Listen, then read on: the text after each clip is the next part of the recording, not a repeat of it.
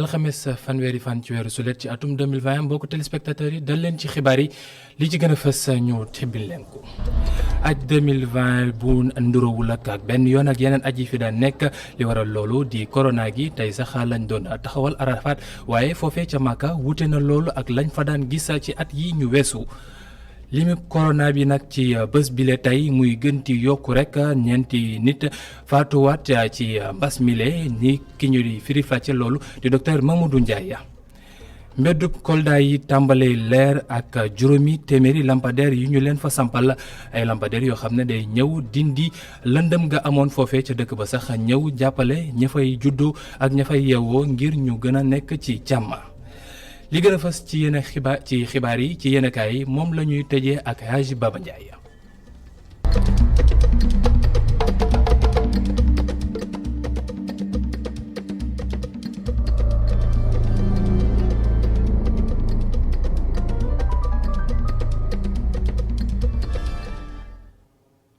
mbokk yi bismillah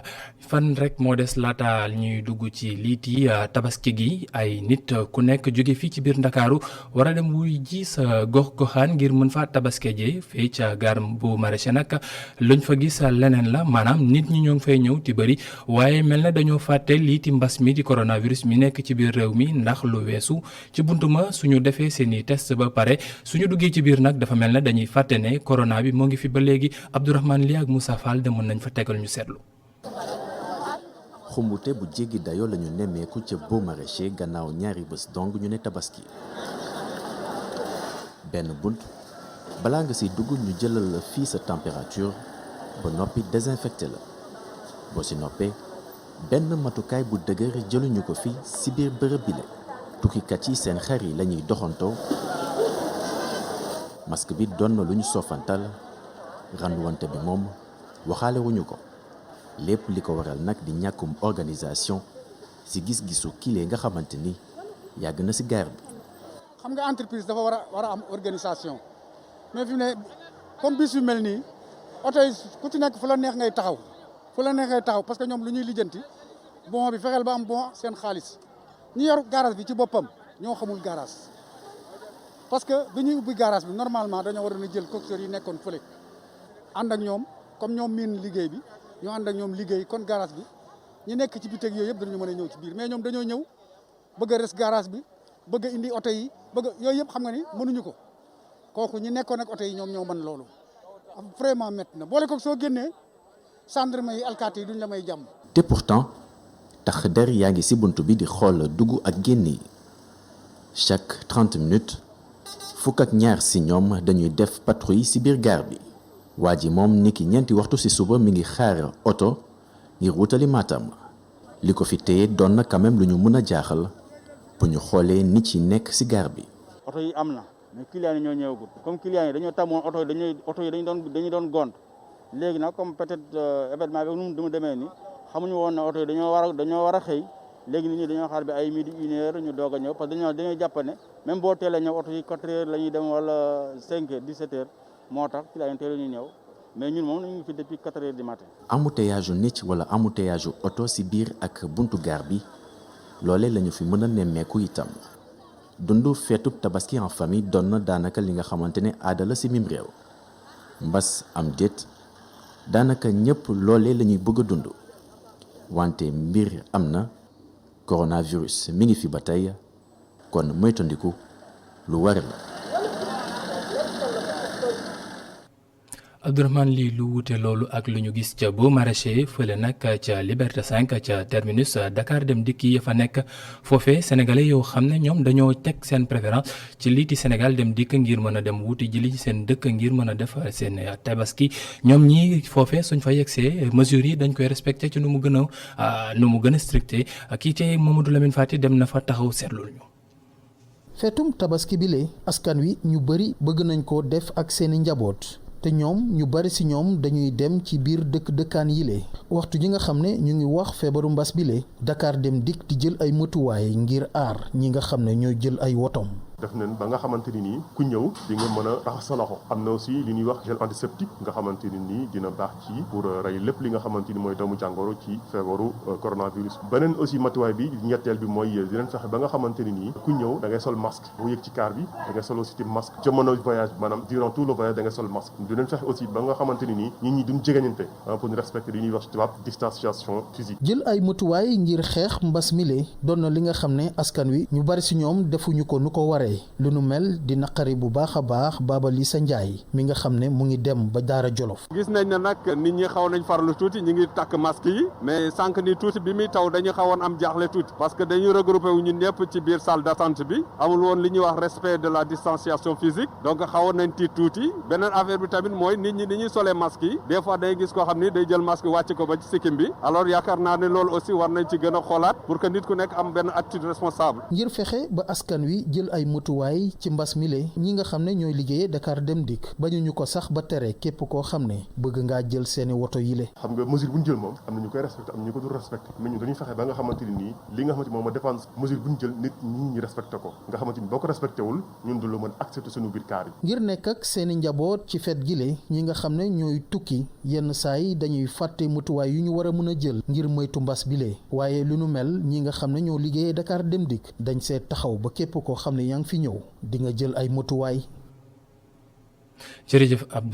Mamadou Lamine Fati ñu wax ci leneen xar dong nekkul loo xam ne mën nañ koo tabaski noonu lañu ko waxalee ci diine gi waaye fii ci Ndakaaru nag moom borom gétt yi ñoom jafe na loolu ñu gis ñi leen di jëndal seen bëy yu ñuy àndaale ñoom tamit boole ko ci gétt gi ngir tabaski gi lu ñu wax moo di ne pour ñu gis client bu ñëw waxaale sax day doon lu jafe wala soo leen di gis guddi gi lay nekk wala fajar teel gi Binta Ba dem na doxantu ji fa. benn fan des ci ñu màggal bésub tabaski jafe naa gis bërëb bu ñuy jaayee ay bëy kese moo ne de bile xeetu njux ci julli ji la bokk ci ñi seen loxo jotul seen ginnaaw Alioune Sarr dib sàmm ñu fekk ko mu toog ci biir njuur gi moom mile di fësal ni gisub client buy jënd bile mala ci digg bëccëg jafe na. client yi dañuy ñëw di waxaale gi bëy mais pas tellement comme xar rarement nga gis koo xamante ne day ñëw waxaale bëy boo amulee li ngay jëndee xar boo gisee bëy nga jënd bëy nga xam ne loolu la yàlla xéwalal man son point de vue loolu la mais les gens dëgg la li nga wax am nañ complexe boobu franchement. li gétt gi di rëy rëy yëpp ñetti bëy rek moo ci nekk Masek dib sàmm di fësal ni am na ci ñenn ñoo xamante ne jommale nañoo jëndub bëy ngir tabaskee ko ba mu jaaral leen ñuy dem jëndi ndawal ci bile bés. ñàkk bañ a farata jënd bëy bi nu mu ko gisee ñàkk xam la rek mais même si sariya bëy tabaski la nit ku nekk ci li nga xamante ni moom nga am sa doole yàlla wax na ni soo amul lii moo si topp lii ak lii ak lii ak lii. ñuy jënd si bëy guddi gi ñu si bëri guddi gi la ñuy jënd ak ngoon booru 8 heures yooyu ak suba teel. cafka bi ndawal li am wute loolu ak yeneen mala yi bu ñu sukkandikoo ci kàddu yile sàmmkat. yàpp bëy moo gën a ne yàpp xar. te pourtant bëy nag yàppam baax na si nit sax xëy na nag nit ñi ñoom ñooy nekk di bëgg lu rëy wala bëgg lu fës wala leneen même au village daa gis ku yore ay xar yu ngand sa papa dana yore xar yu ngand wut siket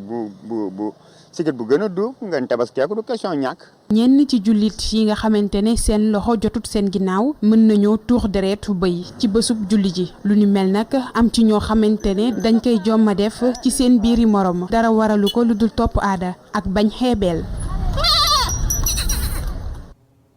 jërëjëf Binta Ba ñu wax ci mbas mi ci réew mi ak tolluwaayam ci bésub tey jëlee nii nag xam leen ni am na ñeenti nit ñu bees ñoo xam ne ñàkk nañ seen bakkan te mbas mi di coronavirus moom moo ko yóbbu tegle ci téeméer ak ñeent fukk ak juróom yoo xam ne cas yu positif la yu yees yoo xam ne dañ cee yokku mu def lim boo xam ne day gën di wéy rek bés bu yàlla sàkkati gën di yokku ñu déglu docteur Mamadou Ndiaye moom it di directeur de la prévention.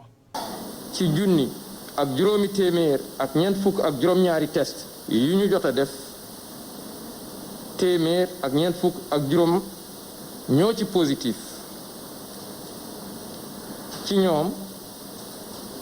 am na téeméer ak fukk ak juróom benn cas contact mooy ñi jaxasoo woon ak ñu yore doomu jàngoro ji ci ñoom toujours am na ñaar fukk ak juróom-ñeent cas communautaire cas communautaire yi seen lim nii la tëddee Saint-Louis am na juróom Thiès am na ñeent Guédiawaye ñaar Mbao ñaar Mbour ñaar Diourbel benn Grand Yoff benn HLM Grand Yoff benn Joal benn Kédougou benn Kër Massar am na benn Xombol benn Koki benn Parcelles Assainies benn Pikine benn Richard Toll benn Rufisque benn Touba benn Ziguinchor benn juróom-ñaar fukk si ñi ñu entré woon wér nañu bés ni ki tey dinañu génn bu ci yàlla àndee ñeent fukk ak juróom-ñett ñu ngi réanimation ñeent ñàkk seen bakkan si bésu démb alarba ñaar fukki fan ak juróom-ñeent ci weeru juillet ñeneen ñi des ñu ngi am tan ña dem ca Kolda nag foofee xam ne mbedd yi dafa lëndëmoon ba tiital ña fa daan yeewoo loolu tax sax ba fi mu toll nii te mën nañu wax ne seen xel mën naa dal li ko waral moo di andil nañ leen lu toll ci juróomi téeméeri lampadaire yoo xam ne andil nañ leen ko ci dëkk ba ngir mën leen a leeral may leen tamit ñu mën a def seeni soxla te seen xel mën ci ànd ak dal la Seydou Diatta. amoon na ay jamono lëndëm kurus la mbedd yu bari ci biir commune bu diwaanu Kolda def te lu nu mel daal di jur xultu gu bari tukkee ci askan wi mu mel ni jaraf dëkk bi may na leen nopp ndaxte ginnaaw bu mu defaraate réseau éclairage public bi samp na it lu toll juróom téeméer lampadaire solaire askan wi daal di soppi gis-gis di ko rafetlu bu baax a baax. sant monsieur le maire quoi bii bi parce que tey ku xool Kolda nu mu meloon avant ak tey Kolda nu mu mel. vraiment wax dëgg fa yàlla changement bu mag am na parce que dëkk yu bu njëkk ba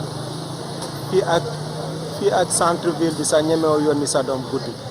parce que éclairage bi amuloon dara da ngay yónni sa doom sax mais xam nga wuuru mais tey moom foo romb rek dëkk baa ngi leer. alhamdulilah moom vraiment depuis quelque temps dañoo remarqué que éclairage bi yokk na ci dëkk bi quoi vraiment ñu ci rafetlu bu baax ci municipalité bi ñu def. moom dëkk bi moom nit ñi amut leneen lu ñuy wax ci éclairage surtout centre ville bi ñu ko def ñëpp kontaan la commune gépp gis nañu ko fu mu ne nii dëkk bi dafa leer vraiment mention spéciale à la commune mooy comme équipe municipale bi ils ont fait quelque chose de bien quand même waaw. ville bi moom carrément ça va léegi moom même pour sa bu daanee nga for ko ñu jaaykat yi tam ñuy sant suñu bopp moom dañuy jaay moom instant bi ci événement bi moom dañuy jaay moom marché bi da doon lëndëm client duñ la gis boo naree ñibbi sax pour nga am jakarta bu lay yóbbu sa problème la te doo ñeme sax ci yoon bi pour nga ñibbi boo desee ci ville bi sax da ngay nekk di ragal. vraiment l'éclairage bi am na solo quoi parce que déjà day yokk sécurité bi ci biir dëkk bi ñi les gens vont circuler librement sans avoir peur. bu ñu ko continuer nii ñu def ko dans les quartiers je pense que ça ce sera une très bonne chose quoi en tout cas personnellement man j'apprécie quoi j'ai beaucoup apprécié. mu nekk mbennam ci problème yu bari yu am saafara ci dëkk bi waaye am na ba tey lu des bu ñu sukkandiku ci càkkuteef askan wi ndaxte dëkk baa ngi mag. loo gis rek day am première am deuxième mois bu ñu amee beneen deuxième commissariat c'est une bonne chose ça permettra aux gens mën a parce que dëkk bi daal léegi daa yaatu léegi bu ñu amee ñaareel commissariat yi boobu ça sera une bonne chose. dara xëyul sotti parce que lii réglé na ko xëy na am na tamit Kolda lu bëri manqué na ko comme ni mu réglé nii de fur et à mesure tamit am na li nga xamante ne bu ko paree moom tali yi moom góorgóorlu nañ ci trop mais ci axe central tamit bëgg nañ tamit mu yokk ci tali yi quoi bu doon. ndëgëm dëkk baa ngi màgg soxlo yi di gën di bari rawatina ci wàllu kaaraange gi donte mbennum commissariat bi fi nekk a ngi def liggéey ñaar ngir sàmm kaaraange gi ci douane gi. Seydou Diatta jërëjëf su fekkee ne waa Kolda nag ñoom dañoo ànd ak contentement ñiiti waa Pikine yarkatu mbaam ya fa newoon ñoom moom dañoo mer ba futtu li waral loolu moo di ne ginnaaw ba waa Descos yëkkati leen ci bërëb ba ñu newoon ñoom moom dañu gis ne autorités yi taxaw ñu leen benn yoon ñoo ngi wër ngir mën leen gisanteelu ngir ñu wut fu ñu leen def fu bees waaye ba léegi wax jooju ak jëf jooju antoogul ba léegi ñu déglu Edmond Mendy moom moo yore kàddug ñooñu. démb lañ fi ñëw commandant Descos Mendy ànd ak élément am nañu en tout cas jël leen seen matuwaay yan matuwaay ngay jël ci ku nekk di waxtaan tey bi ñu ñëwee xëy fajar fekk leen ñu taxaw commencé toj fu mu toll nii suñu mbaam yi ñu ngi nekk di wër di terrain di taxawaalu te boobu ba tey joxuñu ñu li nga xamante ne moom mooy ndàmpaay xanaa sax nit ki boo ko jëlee ci bërëb doo ko bàyyi noonu muy dem terrain moom kese parce que ñoom ñi nga xam ne ñoo ñu xoqatal génn ñu fi ñun fu mu toll nii dañ dem chômage amatuñ liggéey mais buñ fi génnoon léegi-léegi agressé ñoom ñoo ñuy jàppaat tëj ñu pour dire vrai jeunesse Sénégal bëgg nañu liggéey mais dañ leen jàppalewul ñun li ñuy sàkku ci nguur gi mooy dañoo am ay njiit ñun duñu def naka sudul noonu parce que bi nga gisee ñii biñ fi yegsee benn xeer sax jógul pour ñu wérante ak ñoom comme dañoo jot ndigal ñu bàyyi leen ñu def ñun lu ñu xam mooy ñi nga xamante ne ñoo doon dalal suñu xel comme mën nañ ne dañoo nax parce que lépp li nga xamante ne muy këyit topp nañ ci li nga xamante ne muy lu war def nañ ko te ku yegsi tey xam ne carrément ñun yar la ñu wone la ñu bëgg nag mooy ñu gëstuñu bu fekkante ne carrément ñun fii mënuñu fee toog parce que kenn mënut a xëccoo nguur nañ ñu wan fa nga xamante mën nañ fa toog mu doon li ñu gënal ñun ñoo koy bëgg ñu toog fa ñu jox ñu ndàmpaay ñu dem parce que boo fi jëlee nit feneen fu ñu mënti dem lu mu baax di nga toog lu mat 3 weer yoo xamante ne sa liggéey du dox te ñun dañuy fay location di dundal njaboot nekk ay responsable familial nañ ñu gëstu côté boobu jox ñu suñu ndàmpaay. ñu dem ca noor ba jëm ba ca wetu Ndar ak Matam seeti ji fa ndaw yi fa waa DER doon taxawu ñoom ñi ak i jigéen yoo xam ne ñiiti waa DER dañ leen taxaw bu baax génnee koppar gu rëy dimbale leen ngir ñu am financement ci mbay wala ci leneen loo xam ne dañ koy nekk mu nekk ab financement boo xam ne ndaw yooyu ñoom rafetlu nañ ko bu baax waaye lu ñuy wax moo di ne suñ leen gënoon dollil dina leen gën a jàppale ndax ñoom am na yeneen liggéey yu bëree bëri yoo xam ne war nañ ko mën a def Abdourahmane Ly ak Moussa Fall. journée bi amul taxaw réunion lañu ko tàmbalee ak ñuy yëngu ci société d'intensification de la production agricole ak teewaayu yenn ci ay partenaires yu ci mel ni waa Prodam ak it ñii di waa BNDE jubluwaayu bile daje waxtaan mooy fexe wut ay solution ci jafe-jafe yi tax production bi du am comme ni mu waree mettit bi xam nañu fan la muy njëgu courant bi nga xamante ni mën na dem ba ay millions yu bari ci suñu koppar muy lu diis loolu ci ñoom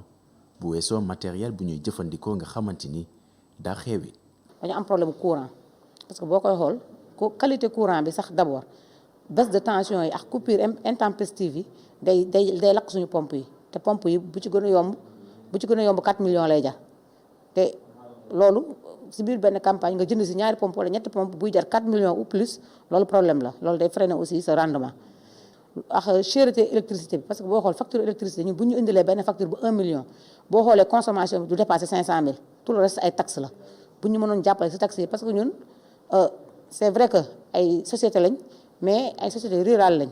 yoo xamante ne ñu amul doole la ñu leen di jàppale pour ñu jéem a jóg booy fay ay facture 2 millions 3 millions par mois loolu dafa xaw a jafe tuuti pour nga génn ci. mu di ay bëgg-bëgg yu ñu xamle yu délégué général bu DER dégg bu baax a baax jubluwaay bi soppeekuwul. Pour Papa Amadou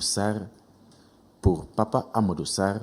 faw ñu yokk production wu spéculation yi ci jamono ji nga xamante ni lu ñuy lepp ca DER ñu ngi koy jëfandikoo ni mu waree. leneen li mooy wax nañu ay problème yi ñu am mooy maanaam lépp luy dem ci wàllum solaire parce que courant bi électricité dafa cher ci ñoom donc bu soobee yàlla dañ leen jàppale ak 500 millions yu bees yoo xamante ne dina tax ñu def ay nu mu tudd ay panneaux solaires pour yokk productivité bi wàññi consommation énergétique bi loolu la ñu fas yéene def. mu di programme bu soxna ci bokk moom mooy gérer SIPA wu Ndouloumadji muy SIPA bu jot lu toll ci 23 millions ci suñu koppar. bu leen jëriñ. Et on a pu produire sur 15 hectares de pommes de terre. financement bi mën nañ ko jàppee ne wokkata bu daje gëstu la ndax fii amoon nañ fi suuf amoon nañu climat bu ci baaxoon amoon nañ lépp lu ñu waroon mbir mën a bay waaye financement rek moo fi manqué woon ba financement bi ñëwee nag gis nga léegi mën nañ fee bay am nañ fi 15 hectares yoo xam ne bay nañ ko ci lu jëm ci mbirum pomme de terre ba DER ñëwee jàppaleñ ci financement wu fukki weer yi la xool nañu leneen sax loo xam ne def nañ ko maanaam dem nañu ci pastèque dem nañ ci gombo ak yeneen meññeef yoo xam ne bay nañ ko file. Pendant les 10 mois, on a pu faire des pastèques, du gombo et autres spéculations aussi. gunge askan wi te jàppale leen ci li tubaab di wax entrepreneuriat maanaam mënal sa bopp loolee mooy yoon bu waa DER tracé ak équipe am jubluwaay bi doon na jàppale jigéen yeeg ndaw ñi rawatina ba ñu mën a gis seen bopp ci seen yëngu-yëngu.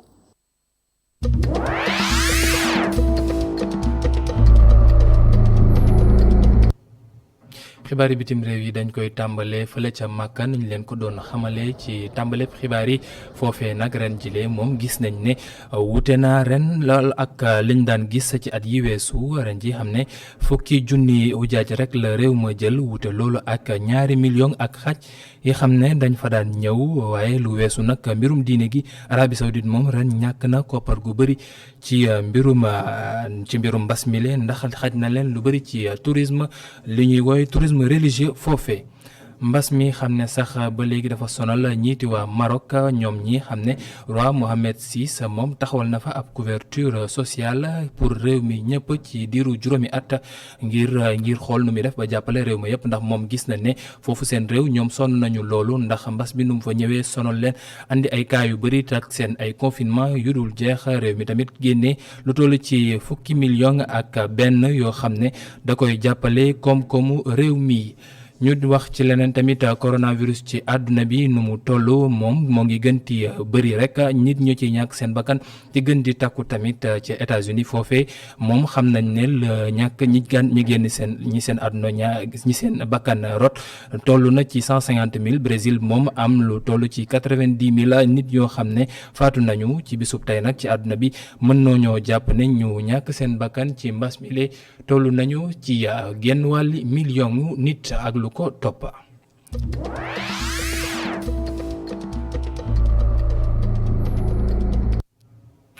mu jëlu ponkub xibaar yi nag dañuy wax ci lii tënk ci xibaar yi ñu ànd ceek Baba Ndiaye.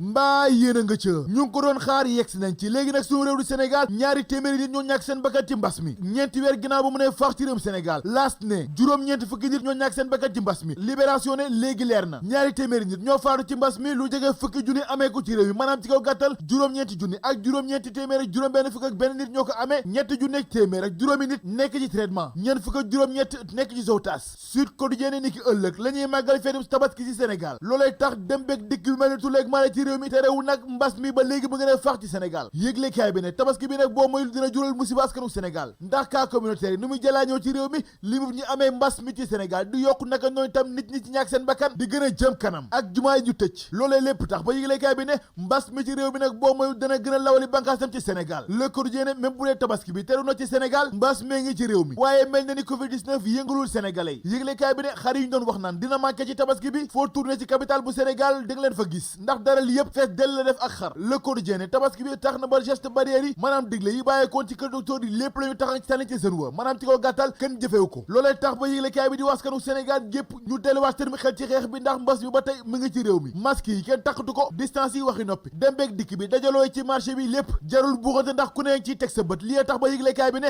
woppi gi nag boo mayul ci musiba dëgg la nar a soob askanu Sénégal ginnaaw kàddu gouvernement bi nga xam ne des na tënku doon benn ki day wax jàll ndar keneen wax dem Tambacounda waaye nag li nar a jaaxal ñëpp Le Quotidien nañu mooy walante gi ci biir njaboot yi te nag loolee saa wu amee musiba dëgg la jural askanu Sénégal enquête ne doonte Covid-19 ma ngay faati bakkan ci réew mi waaye itam tali bi kenn demul mu des benn fan rek a des laata tabaski bi accident yi mel ni tuleeg maale ci kaw tali bi yëglekaay bi ne autoroute Ila Touba nag ma ngay bëgg a doon autoroute Ila Jahannama ndax ñi ci ñàkk seen bakkan kenn mën na lim nu mu toll ñi ki démb rek ñaari accident moo fa am benn bi mi ngi amee ci wetu Bambey benn nit moo ci ñàkk bakkanam fukk ak ñeent am ci gaañu-gaañu beneen accident bi yëglekaay bi nenu benn 4x4 ak benn Njaga Njaay ñoo mëkkante juróom-ñetti nit ñoo ci amee gaañu-gaañu réew mi Quotidien ci diiru benn fan juróomi nit ñoo ñàkk seen bakkan ci tali bi musiba ga amoon Yoff te camion bi rey fa ñetti nit chauffeur seeg borom camion bi yëpp juróom benn weeru kaso lañ leen fëgg réew mi Quotidien mbas mi ak taxawaayam ci Sénégal mel na ni askan wi yëguñu ko ndax feeru tabaski bi teeru ci réew mi ak waajtaay moo tax ba askan wi jël lépp di digle bàyyi ko ci kër docteur du moyu ko suñuy gët ci kaw xër bu njëkk la Soleil ak Libération di dikkaat ci mbirum Amadou Gueye Ngom mooy ki bëggoon a agressé professeur Moussa Seydi yëglekaay bi ne waa ji déféré nañ ko te li ñu koy toppee moom Amadou Ngom Gueye mooy menace de mort violence ak voie de fait Libération ne waa ji démb jébbal nañ ko procureur de la République las ne Abdou Karim Sall ak maire bu Mbaaw Abdoulaye Pouye Obama seenub coow ca tribunal atteeri ji Abdou Karim Sall moo plainte Obama ndaxte nee na da ko saaga ba noppi ne ko fu mu ko gis ci réew mi ne abbu njool mi ndax day leb ay fanam mbaraanu xale yu jigéen yi ci réew mi ci la Vox Populi xëy tey jagleel ko xët wu yaatu ñoom soxna yi seenub doxalin ak ni ñuy def ba rocc ci koppar yi ci xale yu góor yi yëglekaay bi def ci gëstu gu yaa waaye nag ne attention ndax kopparu góor yi kenn du ko lekkee noonu ku footal mbët roccil bar maanaam ci kaw gàttal xaalisu xale yu góor yi alalu promoteur la ku ko lekk sëgg bëre mais da ngay seet loolu rek